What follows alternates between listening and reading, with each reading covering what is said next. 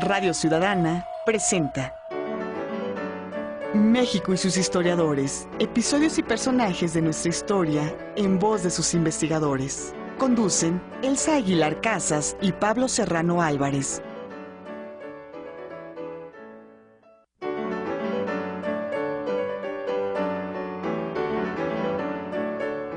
Buenas tardes, les saluda Sandra Vázquez a nombre del equipo de producción de México y sus historiadores. Un espacio abierto para el saber histórico y la participación de usted que nos escucha. También saludamos a quienes nos siguen a través de Radio México Internacional en www.radiomexicointernacional.imer.gov.mx, la estación virtual del Instituto Mexicano de la Radio. Es un gran gusto saludar al conductor de este espacio, Pablo Serrano Álvarez. Pablo, buenas tardes. Hola Sandra, buenas tardes, amigas y amigos radioescuchas. Pues aquí estamos en una emisión más de México y sus historiadores.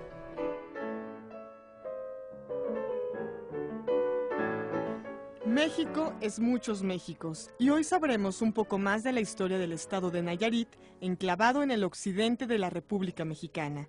De la pluma de Mario Contreras Valdés, quien había incursionado en la historia de la Revolución Mexicana en su estado natal, ahora nos presenta una historia más amplia.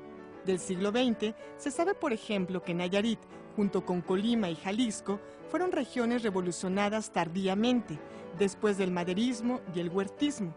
El mismo Mario Contreras se refiere a la visita previa de José María Pino Suárez durante el breve periodo de gobierno de Francisco I. Madero. Pero la revolución llegó del norte con tropas de Álvaro Obregón en 1914. Antes de iniciar la charla sobre la breve historia de Nayarit, déjenme decirles quién es nuestro invitado.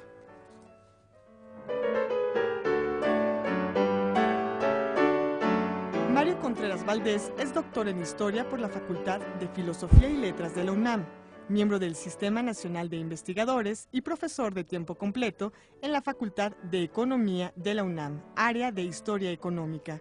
Es autor de libros como Reparto de Tierras en Nayarit, un proceso de ruptura y continuidad, 1916-1940, y Breve Historia de Nayarit, del cual conversaremos el día de hoy. Además, ha coordinado los libros Historiografía Regional del siglo XX, de México en el siglo XX, un catálogo comentado del Fondo Carlos Basabe, Poder Político y Poder Privado, Gobiernos, Empresarios y Empresas, 1880-1980, Actividades y Espacios e Instituciones Económicas durante la Revolución Mexicana y Formación Empresarial, Fomento Industrial y Compañías Agrícolas en el México del siglo XIX.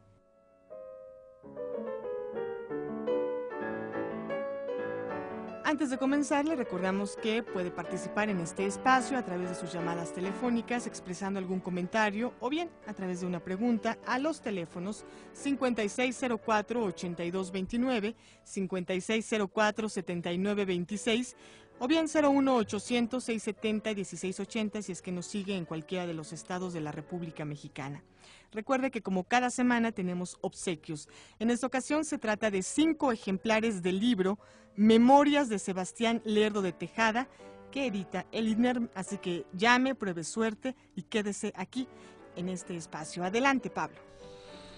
Bueno, hoy es una alegría también contar con la presencia de Mario Contreras. Buenas tardes. Buenas tardes, Pablo. Que además, quiero decirles, fue pionero de México y sus historiadores hace 8 años, porque él hacía también un segmento sobre problemas actuales o algo así. Sí, se llamaba Cuando así. trabajaba en el INERP, que era investigador del instituto, entonces pues nos da mucha alegría reencontrarlo. Ahora con esta nueva publicación, que es La Historia Breve de Nayarit, que forma parte de una colección de más de 30 libros que dan cuenta de la historia estatal o regional de México desde prácticamente el prehispánico hasta la actualidad. El estado de Nayarit se creó en el siglo XIX, ¿no, Mario? Formalmente fue en 1917, con la Constitución de 1917, el constituyente de ese año. Pero qué bueno que lo mencionas, Pablo, porque eso es precisamente una de las historias más densas que yo he advertido en las investigaciones que yo he realizado sobre el estado de Nayarit.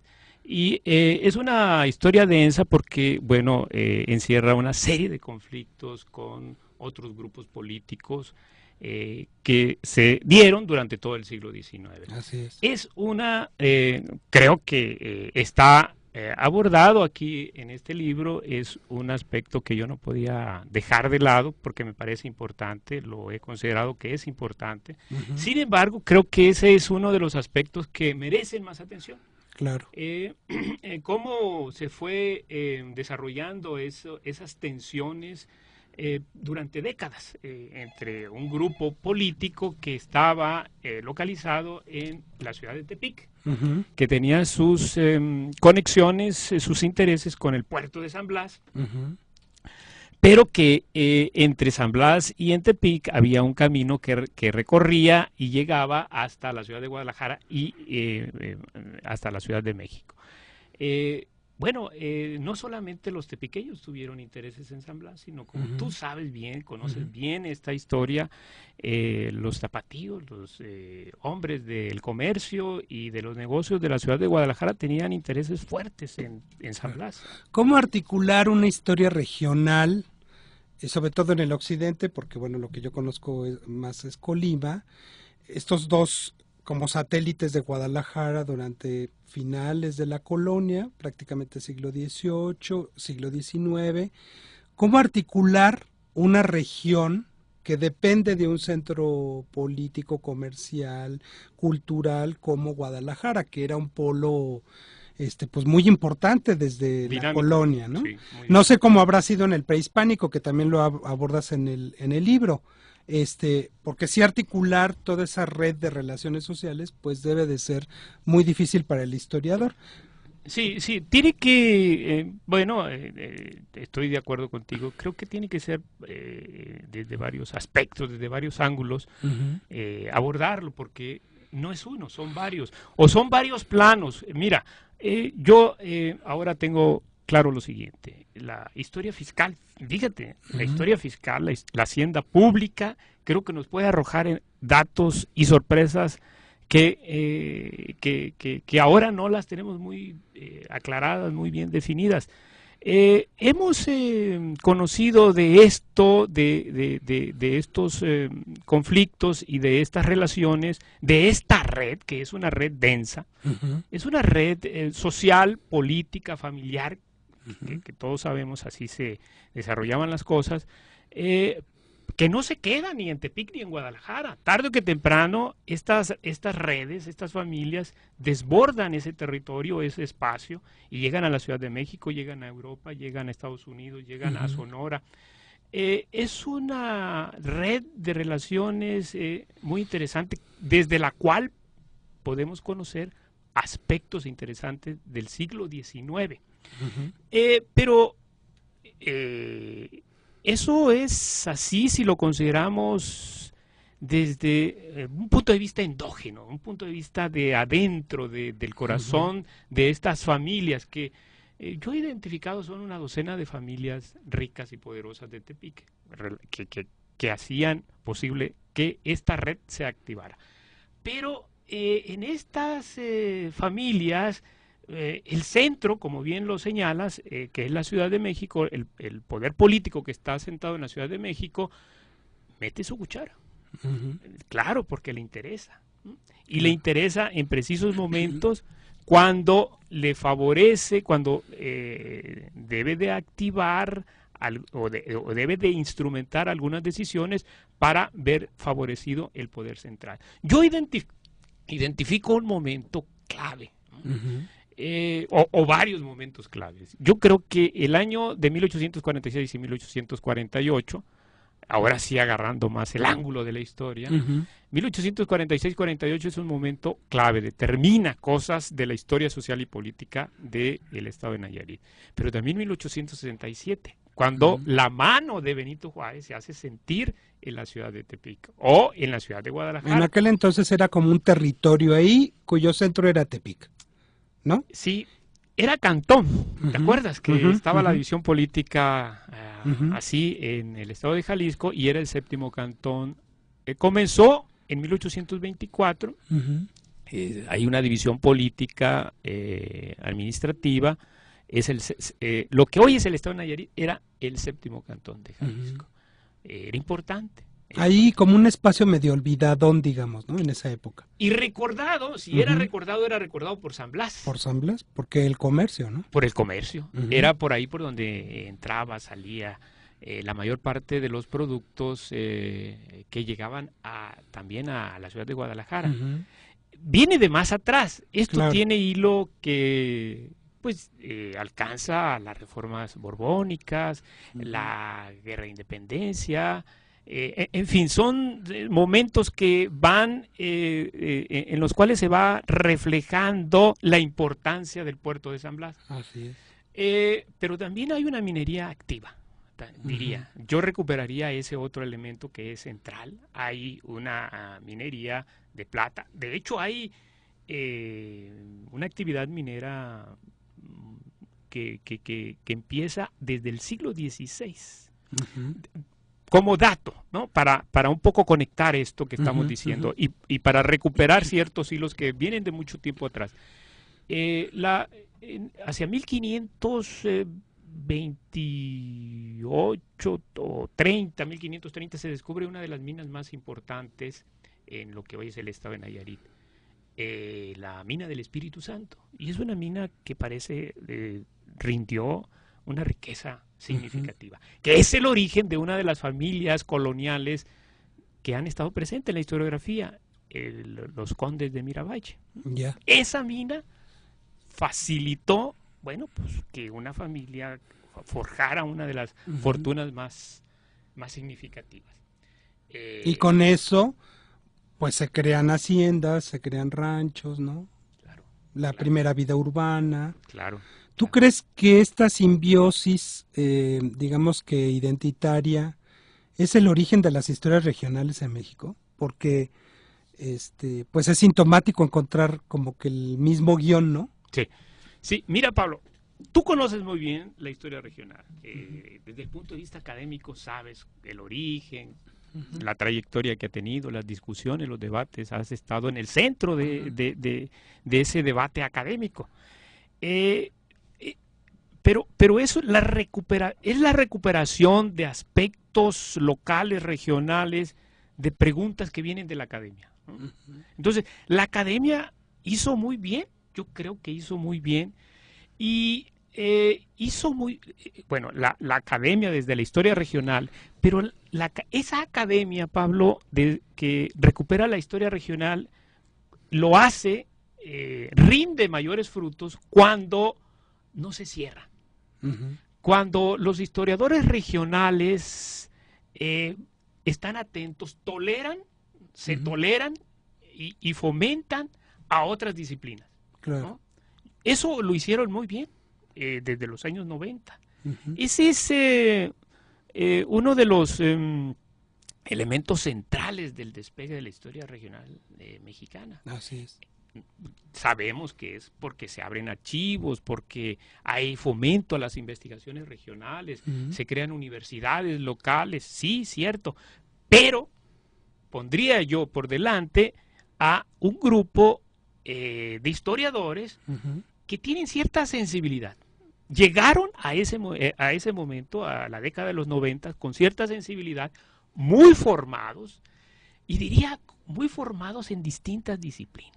Abiertos, con apertura, con visión y dispuestos a escuchar a aquellos que iban a hablar de la historia regional, desde la economía, desde las finanzas, desde el comercio, desde los grupos de la élite, y también escuchando voces de los historiadores locales, ¿no?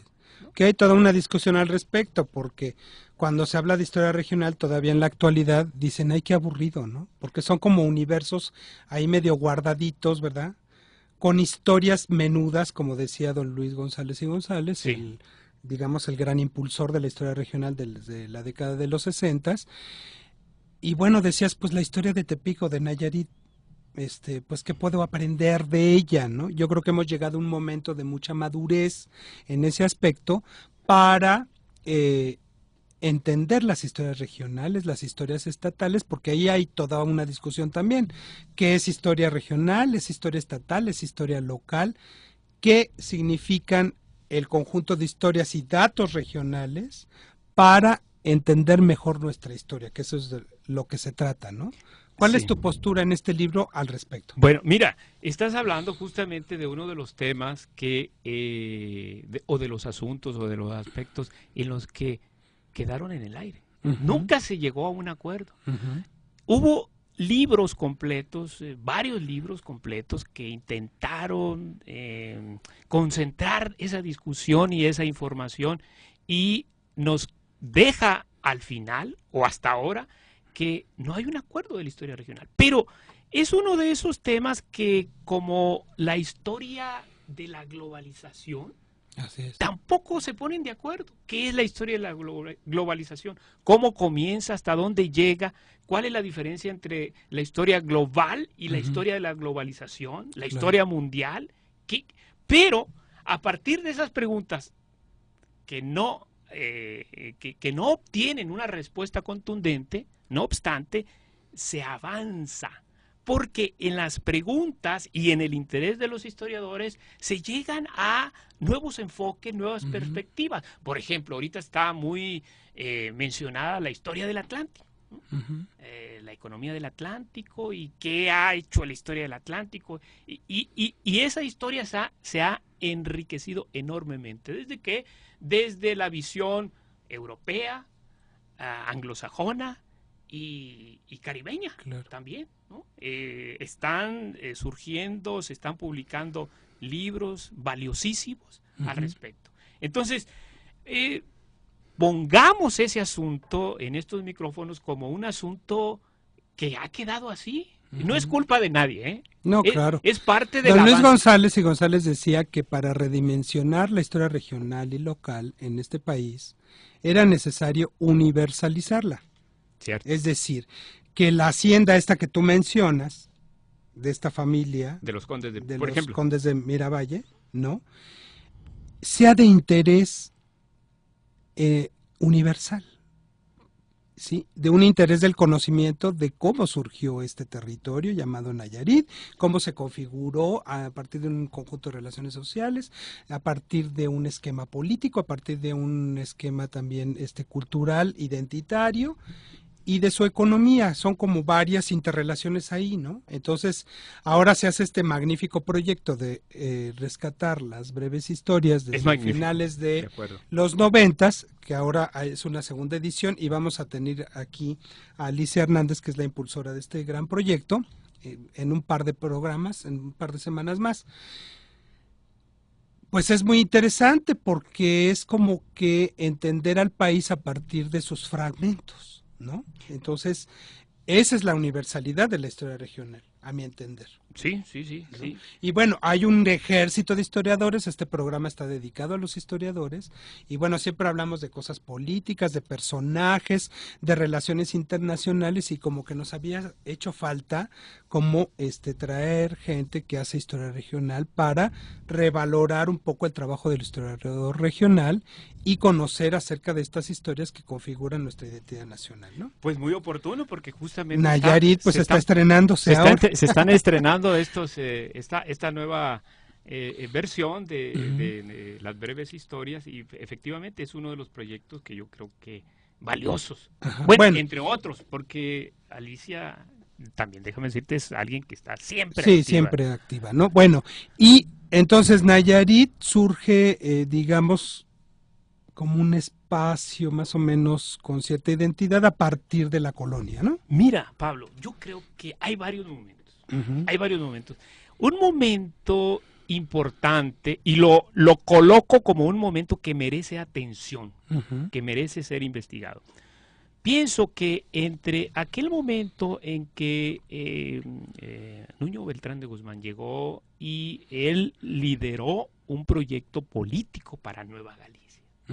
Bueno, cerca de esta mina hay un pueblo ahora relativamente pequeño o relativamente grande que se llama Compostela. Así es. Que fue la sede del gobierno civil.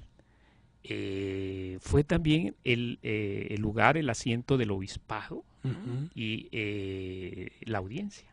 Fíjate. Entonces, o sea, era una importantísima ciudad. Era importante.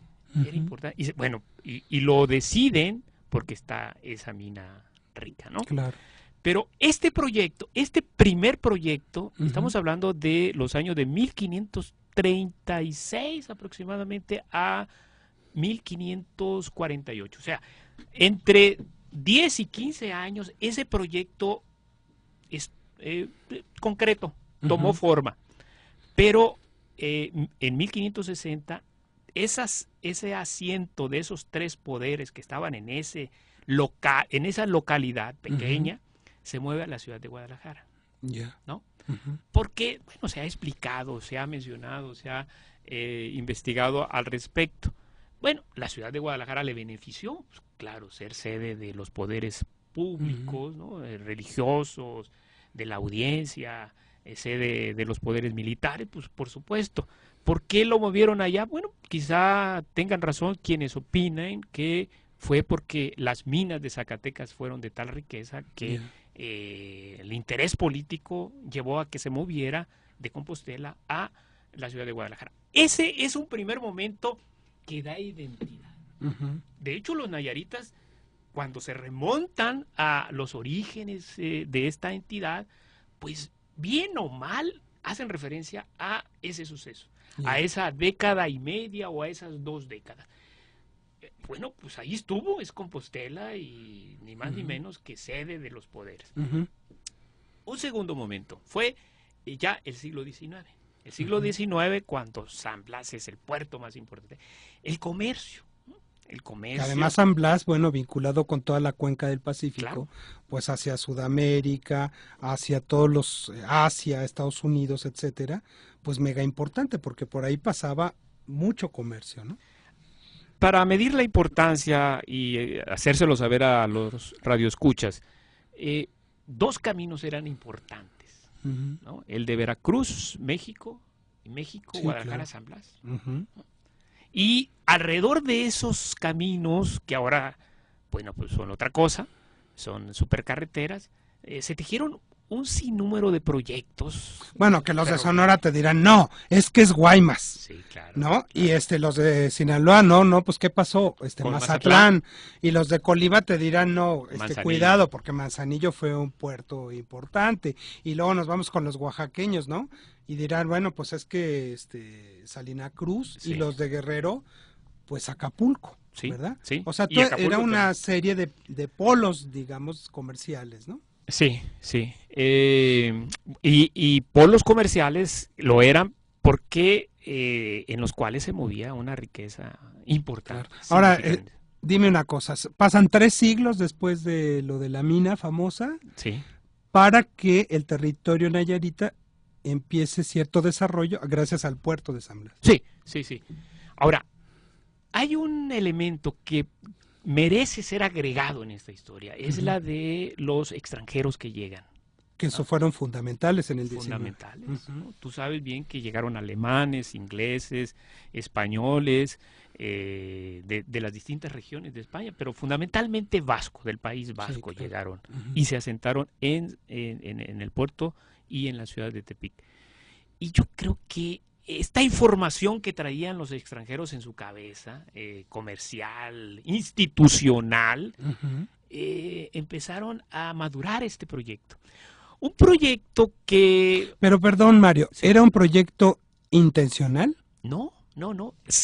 Nació, se gestó. Por los potenciales, digamos, económicos fundamentalmente. Y también, Pablo, porque en algún momento los intereses de Guadalajara, mi opinión, es de que los abandonaron. Claro. Vamos a una pequeña pausa y volvemos. Así es, Pablo, estamos completamente en vivo a través de Radio Ciudadana. Esto es México y sus historiadores.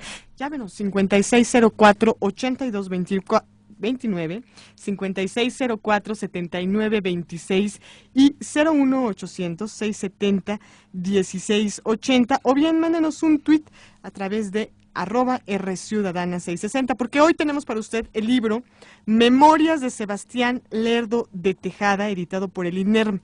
Llame, pruebe suerte, quédese, después de la pausa continuamos. México y sus historiadores, un espacio abierto para el saber histórico y la participación de usted que nos escucha. jueves, 6:60 de AM, una estación del Instituto Mexicano de la Radio.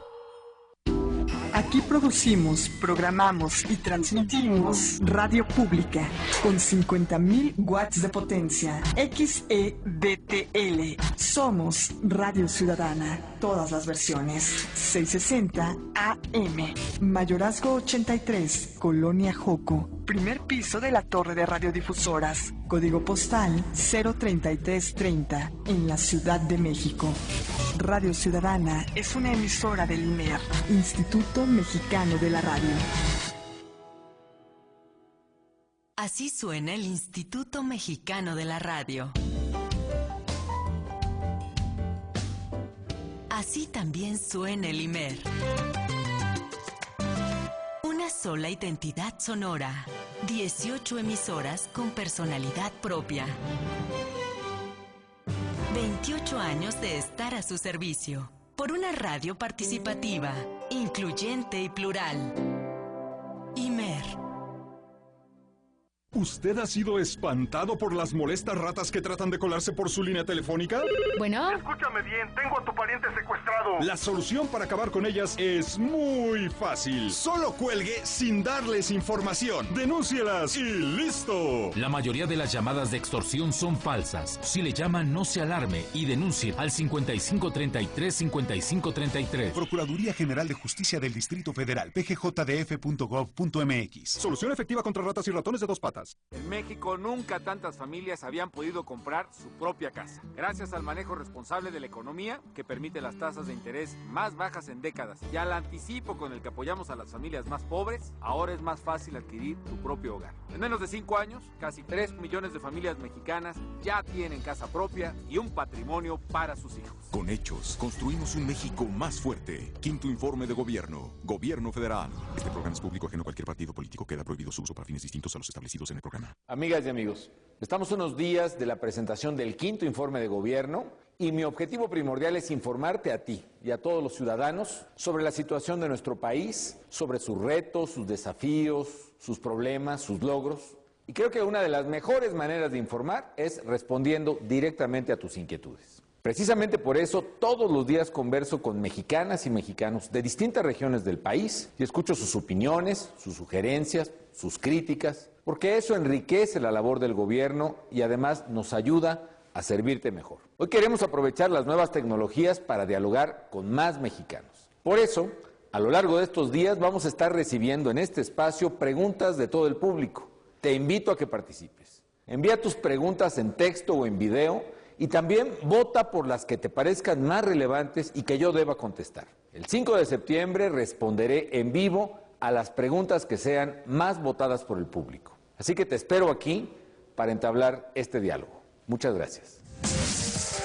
Pregúntale al presidente.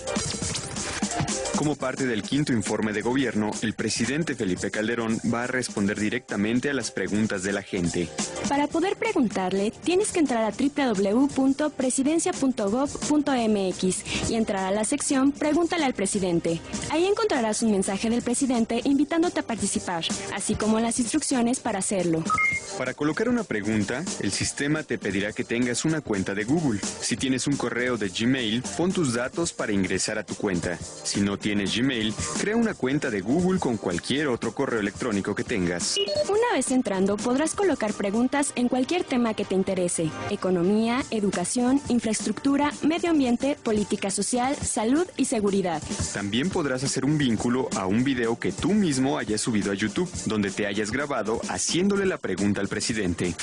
Además de colocar tus preguntas, podrás votar por las de otras personas, pues el presidente responderá a las que más usuarios hayan preferido. Tienes hasta el lunes 5 de septiembre a las 12 del día. Ese mismo lunes, a las 5 de la tarde, el presidente responderá en vivo las preguntas más populares.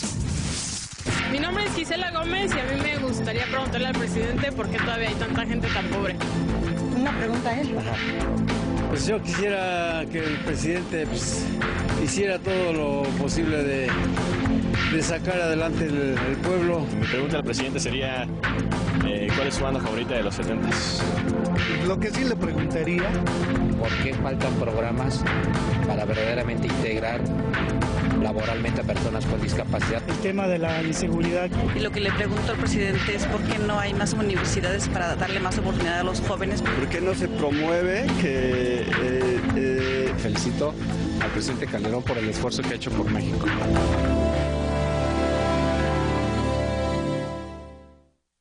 Radio Ciudadana, 660 AM. México y sus historiadores, voces expertas para dar respuesta a todas tus preguntas sobre nuestra historia. Jueves, 6:60 de AM, una estación del Instituto Mexicano de la Radio. Son las 6 de la tarde con 36 minutos y continuamos completamente en vivo a través de Radio Ciudadana. El día de hoy, conducido por Pablo Serrano Álvarez, estamos conversando con Mario Contreras Valdés sobre su libro Breve Historia de Nayarit.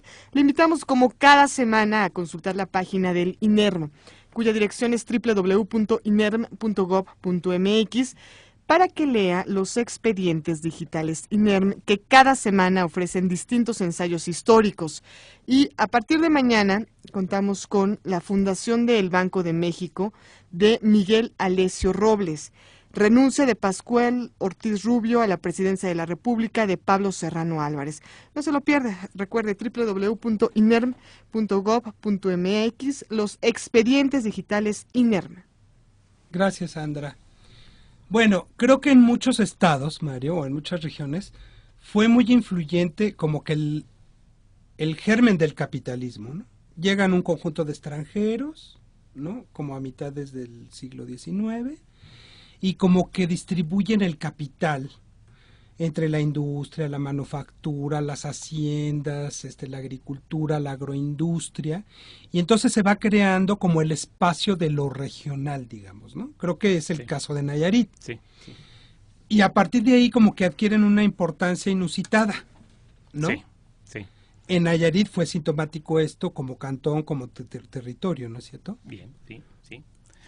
Mira, sí, la recuperación de estos personajes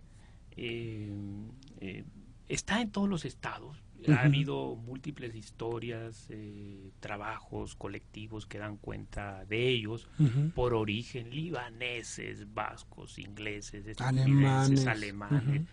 Ha habido un avance significativo en ese aspecto. En nuestro caso, distinguimos ya bien la llegada de estos grupos. No llegan todos juntos, pero comienzan a figurar muy tempranamente con la independencia. Se les advierte, se hacen notar desde 1824, ¿no? Algunos, y otros en el curso de las dos siguientes décadas. ¿No? Que después los beneficia mucho la desamortización de los bienes de la iglesia, ¿no? Por supuesto. Que es cuando acumulan el capital en serio. Esa es una oportunidad que se les abre. Ahora, hay otro aspecto central en estos personajes, y es que representarán diplomáticamente a sus países como cónsules, vicecónsules.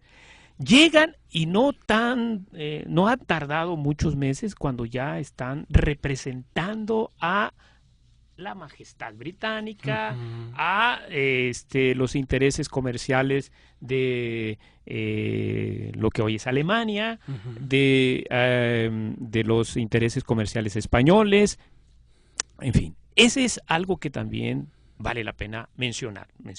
¿Qué pasa con los ricachones nativos?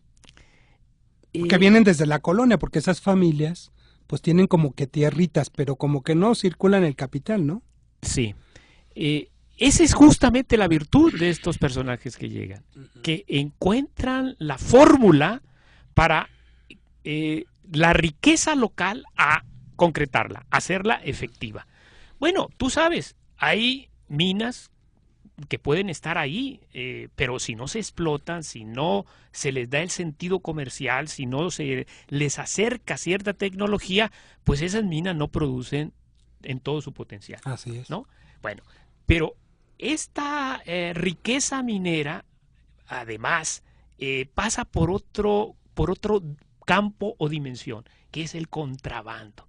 Y por eso te refería al comienzo que era muy importante la historia fiscal, ¿no? Esto, la historia fiscal, tal y como se aplica, tal y como se instrumenta en estos momentos, propicia, detona a la actividad del contrabando. Cuando los impuestos son altos y hay una manera de evadirlo, de evadir el pago de impuestos, pues se activa el contrabando. Yeah. Pero para que esto suceda debe de estar alguien en otro lado, ¿no? Así es. ¿No? Y este otro lado era Europa, podía ser Europa. Entonces llegan estos personajes y además, ¿no?, un tercer elemento de que llegan con información, representan los intereses diplomáticos de sus países de origen, y un tercer elemento es que se casan con nativas. Así es. ¿No? Con Entonces, las familias sí, aristócratas nativas. Sí. Hijas de terratenientes, de políticos influyentes, y ahí es donde esta decisión que toman los extranjeros de casarse con nativas ya nos dice, estos hombres deciden ya quedarse. Es decir, el sentido de la permanencia ya está en su cabeza. Y de articulaciones y de vinculaciones, porque después de la mitad del siglo XIX vamos a encontrar que estas familias, ¿no?, se convierten en una oligarquía, que es una oligarquía pues que dominan la vida económica y la vida política, ¿verdad? Y influyen incluso en la identidad hasta espacial, ¿verdad? Sí. ¿No? Entonces empiezan a demandar que la intervención de los gobiernos en carreteras, en caminos, en infraestructura, etcétera. Y autonomía. Y eso es la historia de todas las regiones de esta zona, ¿no?, que son las que yo más conozco, sí, hasta el siglo XX, ¿estás de acuerdo? Sí, y no son, déjame comentarte lo siguiente, y no son proyectos del occidente, así lo pondré así, porque coincide esta necesidad de autonomía política, de mayor autonomía política, con otras demandas de otros grupos. Es decir, Nayarit se crea como entidad, se desprende del estado de Jalisco, como Colima, ¿no? Pero Guerrero se desprende del estado de México. Pero el estado de Hidalgo se desprende también del estado de México. Y el estado de Morelos se desprende del estado de México. Antes, los estados de Sinaloa y Sonora surgen de aquel estado que se llamaba el estado de Occidente. Pero si nos vamos del otro lado, del lado del Caribe, tenemos a Yucatán, el caso de Yucatán, con Campeche, Quintana Roo y Yucatán. De una entidad se crearán 3 entidades. Entonces, este fenómeno de las autonomías, de los grupos que demandan autonomía, está extendido, ¿no? Así es. Es un fenómeno muy generalizado. En el caso de Nayarit, bueno, se convierte en estado hasta después de la revolución, digámoslo así, con una serie de intereses ahí por el territorio y conflictos con los de Guadalajara, etcétera. Pero donde prepondera el interés de estos grupos oligárquicos, ¿no? ¿Y qué pasa con el losadismo? Porque uno piensa en Nayarit y uno piensa en Manuel Losada en la segunda mitad del siglo XIX. Sí, todo un personaje y toda una historia particularísima. Se ha recuperado, tú sabes, ¿no? El personaje de Manuel Losada se ha visto ya no en blanco y negro, ya no es o bandido o héroe, ya no, es un personaje mucho más complejo. Intervino precisamente en esta historia. Opuesto a estos intereses oligárquicos o opuesto a los intereses centrales o a los intereses regionales de Guadalajara, Mario. En un comienzo él se suma favorable a los intereses de estos grupos que se van fortaleciendo desde Tepic y San Blas. Claro. En un principio así comienza. Muy regionalista, ¿no?, su lucha, digamos. Sí, y eso, el intervenir Manuel Losada de esa manera, le permite cruzar esa línea que es de bandolero a un personaje político, clave. Claro. Esto pudo registrarse pues en la mitad del 19 y estar, creo que ya ahora te decía, muy recuperada esa participación. Ahora, estos mismos grupos que lo suman, lo incorporan a sus intereses, haciéndolo jugar un papel particular que él termina por entender también con los años. Claro. Porque es un hombre indígena, mestizo, pero con una carga indígena, de varios años, de 20 años casi, alrededor de 20 años, protagonizando hechos en el occidente de México. Bueno, alguien que participa durante 2 décadas, pues termina por darse cuenta del juego político en el que está inmerso. Y al final, cuando él se percata, él quiere hacer su propio juego, quiere construir su propio espacio político, pero ahí es cuando lo dejan solo, ¿no? Claro. En algún momento Manuel Lozada no encaja, deja de encajar en el proyecto político de estos grupos. Claro. Y es cuando queda solo o queda aislado, ya no lo protegen, ya no conviene, ¿no? Y bueno, pues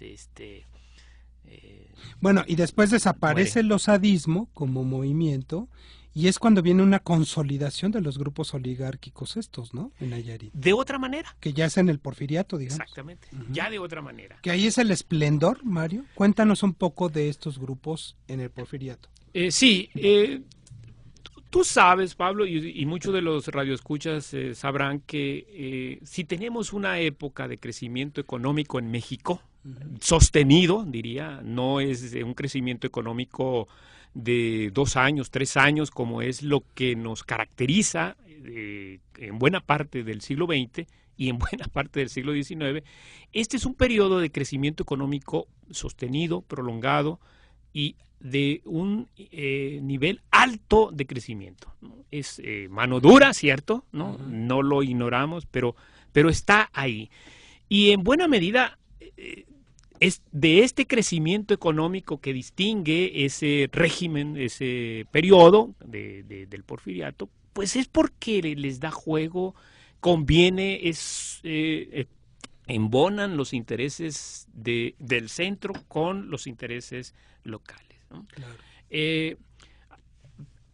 Y para que esto sea efectivo, sea una realidad, debe de haber recursos públicos. Ese es un gran acierto. Sí, para construir de una manera, canalizar la trayectoria, darle cauce a la trayectoria económica de este país, se requieren recursos, ¿no? Recursos públicos. Y hay un gran mérito, hay un concierto de intereses que hace posible que se tome esta ruta. La obra pública durante el porfiriato, a través de estos grupos oligárquicos y la acción del gobierno central, pues fue fundamental para la consolidación de cada estado, ¿no? Sí. Hay inversión pública, pero hay la canalización de estos recursos públicos a concesiones, a través de concesiones, ¿no? Hablamos de, entre las obras más significativas, pues está el ferrocarril, yo diría. El ferrocarril y el puerto. El puerto y las tierras. Yeah. Las tierras, que es previo al porfiriato, pero en el porfiriato se consolida una trayectoria que comienza poco antes de que comience a gobernar Porfirio Díaz. En las tierras se fincan fuertes intereses. Ahí yo creo que el experimento más exitoso en materia de economía en el estado de Nayarit tiene que ver, Pablo, con la economía de plantación. Ya. Esto es algo... ¿Qué se producía en Nayarit entonces? Bueno, los cultivos más importantes que llegaron a producirse, pues era caña de azúcar, de manera significativa, era algodón, era café. Te hablo de los plantíos, ¿no? De la economía de plantación que... Con grandes haciendas, digamos. Con grandes haciendas. Con una infraestructura además administrativa y tecnológica, ¿no? Sí. Son haciendas que están muy bien comunicadas. Ahí es donde llega el telégrafo, llega el teléfono, ¿no? Son núcleos urbanos importantes. Y ya vinculadas vía caminos y ferrocarril al puerto de San Blas, pues donde se iban las mercancías hasta Hamburgo, ¿verdad? Sí, ¿no? sí. Ahora, debemos apuntar una idea. El ferrocarril llega tardío a Nayarit. Esto ¿Qué tan tarde? Pues yo diría tarde si pensamos en lo que es el sistema ferroviario mexicano. Si lo ponemos por etapa, identificamos por etapa, diría que es en la tercera etapa en la que se hace realidad el sistema ferroviario mexicano. 1905 es cuando está ya el diseño, el trazo, el proyecto de hacer llegar el ferrocarril a Tepic, por ejemplo. Bueno, y también llegó tarde la revolución, como en muchos otros estados como Colima, etcétera, donde hasta 1914, la oligarquía seguía dominando, las haciendas nunca pararon, el sistema económico nunca paró, ni el sistema político casi. Sí, y eso se refleja en la prensa local. Así es. Si revisamos la prensa local de los años de 1910, 1911, ahí no está pasando nada. Y están festejando. La vida social en Tepic se desarrolla, pues, como en las otras ciudades, alrededor de la primavera, ¿no? Que es cuando hay un carnaval, a final de año, en el año nuevo, Navidad. Bueno, si recuperamos las noticias de la prensa local de esa época, ahí en Tepic es alegría, es pachanga, hay otras preocupaciones, menos la Revolución Mexicana. Y están expresándose esas ideas en esos periódicos locales. Qué bueno que aquí no ha pasado nada. En la Revolución Mexicana en ese momento lo miran como algo lejano, algo que está ocurriendo en Chihuahua, que está ocurriendo en la frontera. Pero sabes, Mario, porque llega la División del Noroeste, con Álvaro Obregón comandando, con una serie de personajes ahí que van a ser después muy significativos, en 14, y se les cae todo, ¿no? Bueno, porque es la Revolución Reforma en estos estados, ¿no? Así es. Y estás hablando precisamente de un tiempo que como que se acelera, Pablo, ¿no? Sí. De estar es un cambio así. Tranquilo, de estar la ciudad de Tepic tranquila, no hay manifestaciones, bueno, las hay, pero no es para estar dándole la vuelta a la página o incorporarse al movimiento revolucionario. No va por ahí. Esto comenzará mucho tiempo después con el problema del asunto de la tierra. Claro. ¿No? Del que hemos platicado. Que tú has escrito un libro sobre el reparto agrario, justamente. Ahí en el estado de Nayarit. Creo que ese es el tema fundamental de la historia regional de Nayarit, pa'lante. Pa'lante, exactamente. ¿No? Sí. Bueno, y se crea el estado en 17 bajo esas condiciones. O sea, fue una revolución por decreto el estado de Nayarit, ¿no? Digamos. Sí. Y después toda la posrevolución es el tema agrario. Sí. Pero la particularidad del tema agrario aquí es el agrarismo corporativo, ¿no? ¿Qué es lo peor? Que es cuando se está construyendo el Estado corporativo a nivel del país y hay un agrarismo corporativo. Claro. Es una pieza de un rompecabezas que se está armando y Nayarit está entrando a ese nuevo diseño del sistema político mexicano de esa forma. Bueno, y además es una cosa estructural de la historia particular de Nayarit, tanto el reparto agrario como el corporativismo, que lo marca durante todo el siglo XX, ¿estás de acuerdo? Hasta la fecha. Definitivamente. ¿Sí o no? Sí. Estás metiendo un tema que también, por supuesto, a mí me ha apasionado, que es los periodos de transición. Así es. ¿No? Lo estás refiriendo entre líneas. Sí, ¿no? ¿Hay periodos de transición o no? ¿O cuáles son? Y con quienes he platicado, que hay historiadores y hay analistas políticos del Estado de Nayarit brillantes, bueno, coinciden en que hay un periodo de transición. El actual comenzó en el 2000 y no ha concluido. Entonces, Nayarit está participando en esta transición a la democracia casi al mismo tiempo que está sucediendo en el país. No termina, parece que como... ¿Y crees que eso pasó en la Revolución? En la Revolución sí. Y bueno, después en la posrevolución, porque después el pleito agrario en Nayarit es impresionante, ¿no? Sí.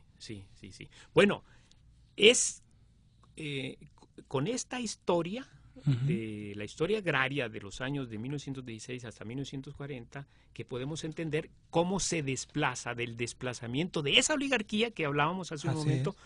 Es el desplazamiento.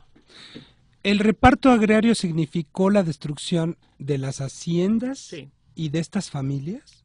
Sí, en su mayoría.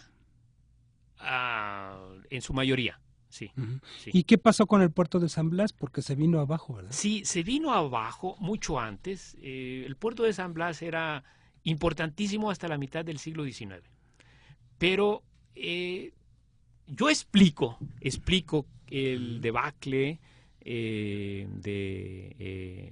puerto de San Blas cuando hay varias cosas que coinciden. Y una de ellas, que es determinante, es la revolución tecnológica naviera.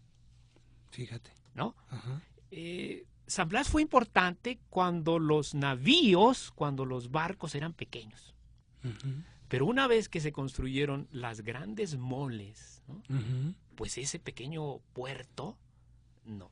Quedó desplazado. ¿Por qué? Por Acapulco, por Manzanillo. Manzanillo, Mazatlán y Guaymas. Mazatlán y Guaymas. Claro. Esos puertos sí tienen condiciones naturales para recibir grandes embarcaciones.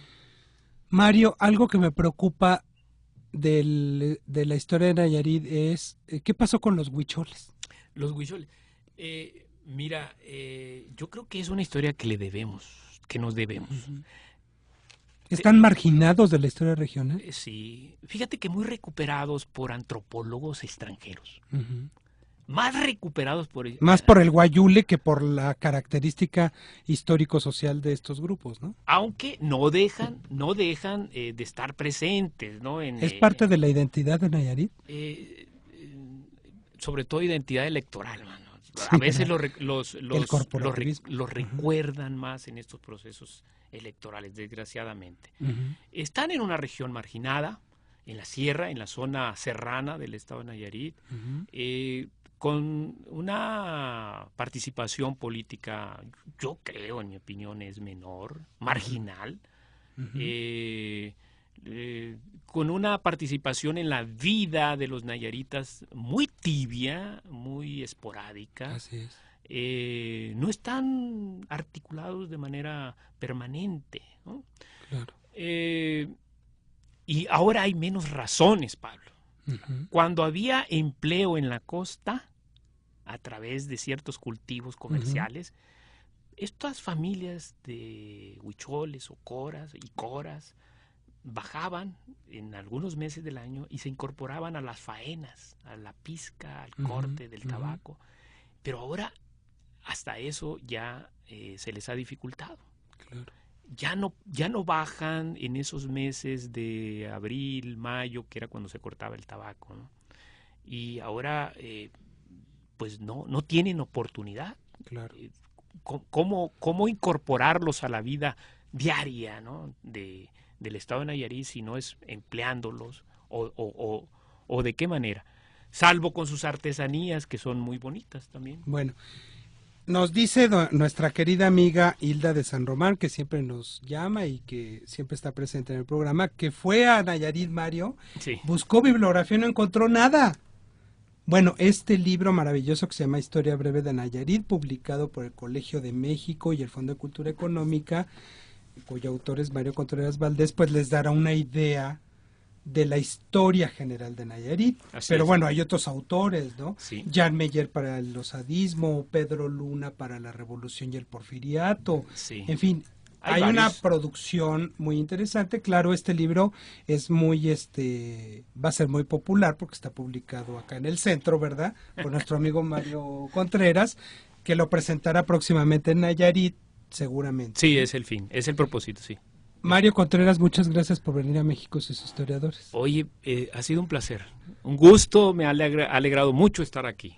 Muy bien, Gracias. Mario. Y bueno, no se pierdan, dentro de 2 semanas viene la hacedora de toda esta colección de las breves historias de los estados, que es Alicia Hernández Chávez. Ya la tengo confirmada, espero que esté aquí para que platiquemos rico de la historia regional de México, pues prácticamente desde el periodo prehispánico hasta la actualidad. Maravilloso. Muchas gracias y nos oímos la próxima semana. Así es, esta fue una producción de Radio Ciudadana 660 AM. No nos podemos despedir sin antes dar los nombres de los ganadores del libro Memorias de Sebastián Lerdo de Tejada. Ellos son Rogelio Jasso, Armando Landa, Delfino Rojas, Edgar González, Verónica Mendoza. Gracias a todos por sus llamadas. Hay que recoger el libro en las instalaciones del INERM. El INERM está ubicado en la calle Francisco y Madero, número 1, en San Ángel. No dejen de asistir porque les va a dar mucho gusto a quienes laboran en el INERM recibirles. Bueno, ahora sí, en el enlace, coordinación y producción INERM, Salvador Castro. En la operación técnica, Raimundo Fierros. En la conducción, por supuesto, el día de hoy, y que siempre es un gusto, Pablo Serrano Álvarez. A nombre de todo el equipo se despide Sandra Vázquez, invitándole a continuar en esta frecuencia Radio Ciudadana 660 AM. Muy buenas tardes. México y sus historiadores, sucesos y reflexiones del pasado, hecho presente. Jueves, Radio Ciudadana 660 AM, Instituto Mexicano de la Radio.